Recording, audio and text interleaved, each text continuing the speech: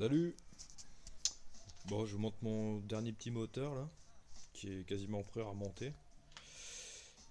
Donc, c'est un moteur hybride avec des carters Eurocylindro V10 qui, comme vous pouvez voir, sont dans un état, enfin étaient dans un état lamentable.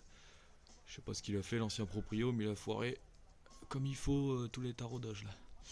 Donc j'ai repercé, j'ai posé des filets hélicoïdaux, rapporté pour rattraper tout ça.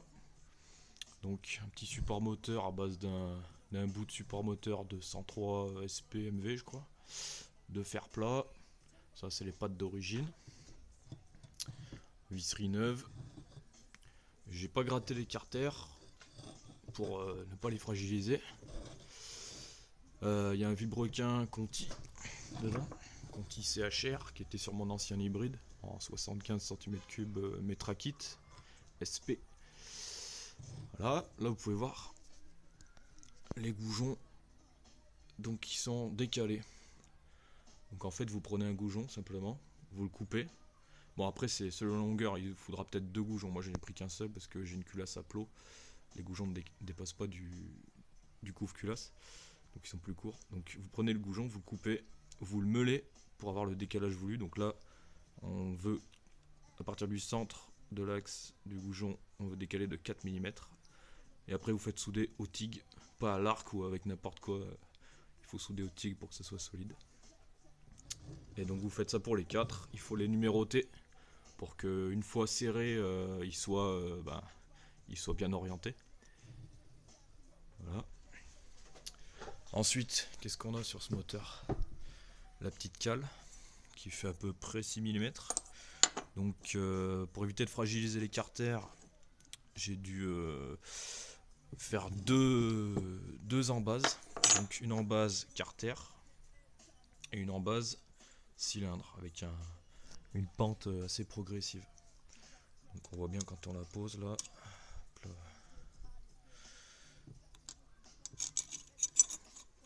Vraiment c'est bien aligné. Voilà, hop, là c'est bon, je suis calé. On n'est pas au micro, hein. Voilà, tac. Ensuite, qu'est-ce qu'on a? Le plus important, le cylindre. Donc c'est un Malossi pardon, MHR Team Cup de nitro, 50 cm3, diamètre 40, échappement à booster, avec un travail sur le balayage au niveau des diagrammes. Voilà. Donc ça devrait bien causer. Le plot de culasse que j'ai dû repasser autour, hein, parce que la course AV10 c'est du 41,8 contre je sais plus combien, mais la course nitro est plus courte, donc il faut tout revoir. Ensuite je me suis fait un petit couvre culasse maison pour avoir la sortie d'eau sur le côté au lieu qu'elle soit derrière. Et puis pour changer un peu, histoire de me faire une pièce sympa. Bon, dedans c'est très moche, hein, mais bon, ça se verra pas. Et puis je pense que ça devrait tenir. Avec un joint torique dedans.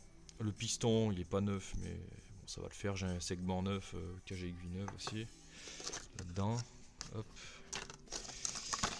L'admission, pipe coudée avec une platine maison. Donc la PV Force. Top perf. Je crois que c'est les moins chers. C'est l'un des moins chers. Tout neuf, ça va. Avec légèrement aligné à la sortie de la pipe d'admission. Ensuite j'ai des cales parce qu'il a fallu que je recule les clapets qui rentraient trop dans le carter. Voilà. Ensuite en variation, ça sera un petit vario prise directe, Girodo, plage de 100 mm, solide, on s'emmerde pas. Avec une petite bague pour que la courroie descende au plus bas sans que ça patine non plus. Voilà. Le petit biberon, bon là il est en pièces parce qu'il va se faire nettoyer la gueule vu qu'il est dégueulasse. VHST 28 Delorto, il est vraiment très crade. Je m'étais fait un une tulipe d'entrée pour que ça gobe bien les graviers comme il faut. Hop, rotule, c'est une Ninja un peu modifiée. Bon, c'est fait avec de la récup pour que ça coûte pas trop cher. Normalement c'est aligné nickel à la sortie du cylindre. Hop. Et voilà, après après, qu'est-ce qu'on a? Je vais vous montrer un peu les valeurs du moteur. Alors, en diagramme, 199, 134, 128. J'avais pas beaucoup de choix, il a fallu que je baisse le cylindre, resurfacer l'embase, modifier la culasse et tout, c'est vraiment la galère. Donc j'ai pas le choix pour les diagrammes, faut vraiment que je cale ça haut quoi. J'avais pas le choix. Donc ensuite, volume de chambre 3,8 cm3 avec un taux qui nous donne du 14,8 pour 1. Et le squish à 0,68. Donc je fais pas un squish trop faible. Parce que bon, je vais pas faire de l'endurance non plus, mais garder une certaine fiabilité, ça serait bien. Pas trop comprimé. Éviter de tout casser. Bon bah voilà. Et voilà. Magie magie. Vario monté. Au moteur monté. Admission. Et l'allumage calé. Impeccable. Bonne compression.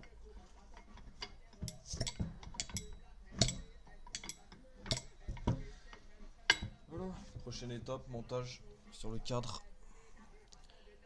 Allez. Bon bah.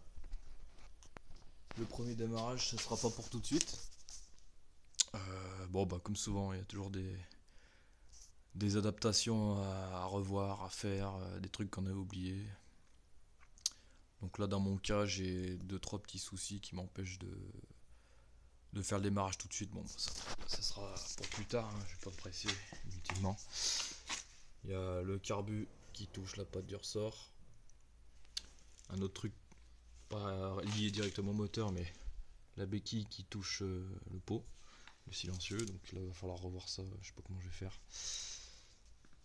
J'ai ma durite du haut là, durite de sortie de culasse qui est en diamètre, qui est trop grosse en diamètre et pas assez longue, parce que là dans cette position ça va, mais dès que le moteur va basculer, et ben ça va tirer sur l'ensemble radiateur, en sachant que ici j'ai ma sonde qui se prend là dessus. Le truc rose c'est juste c'est par-dessus le collier pour pas rayer la peinture. J'ai ma sonde de température qui vient là, donc je vais sûrement devoir réusiner la pièce de support de sonde. Un peu dommage, mais bon tant pis. Puis qu'est-ce qu'il y a d'autre? C'est à peu près tout. J'ai plus de carburant non plus, donc ça c'est con. La pompe à eau, il faut que je refasse le système, le montage. Hop, il va falloir la placer comme je peux. Je pense comme ça sera pas mal. Essayer de trouver un bon compromis.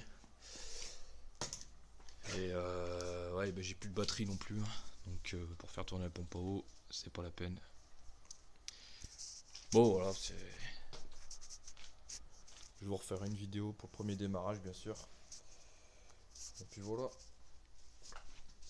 Allez, ciao, à plus.